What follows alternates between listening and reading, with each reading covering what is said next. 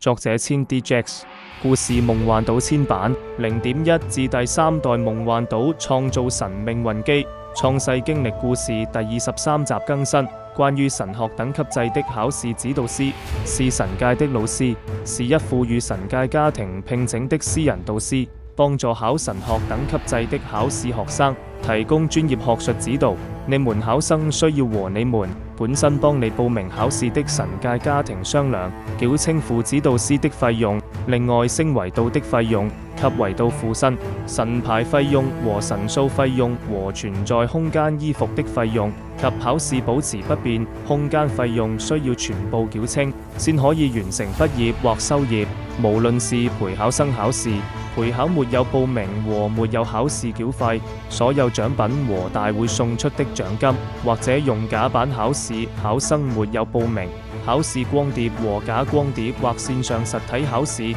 沒有繳付考試報名費，一律作廢。若想再參與考試，記得報名繳費。另外分身是需要投胎轉世後，在指定維度轉世方可以參與考試，否則有報名考試繳費也等於不合格。因分身的某些原因，在神學考試時會影響種主身的身體健康，希望各位分身注意。